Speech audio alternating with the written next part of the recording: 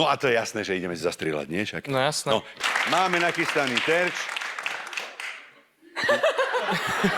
Ty si istá týmto posedom? Nie, môžem odjavať. Ty choď po lekárničku. Áno, idem. Nie, tu buď. A čo blázniš tu? Takto. Takto? Teda budem ťahať 3 prstami, lakeť ide hore a budem ťahať okolo tváre. Koho? Počujte, ale to nejde. Ty vole, no, ale to je strašne ťažké. Silné, že? No, No, s tým treba strieľať pravidelne, že teda, keď chceme... no začnem.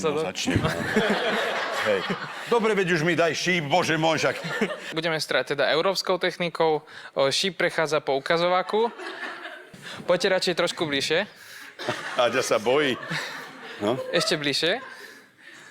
Nie, že vám neverím, ale... Dobre, bože môj, však už, no. Odtiaľ to? No. A môžete teda kúsok trošku aj podmeriť, aby... Takto? Áno. Dobre, môžete lakeť hore. Mám. A lopatky, aby išli ku sebe. Mali by ste mať spojené lopatky. Čože ty zbláznil, ak ja spojím lopatky? Však už nevydržím, môžem pustiť? No, však aby ste mali namierané. No mám asi, môžem? No, môžete.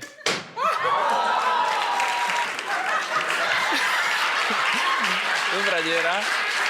Počujete, ale ja si nerobím srandu. To nenatiahnete.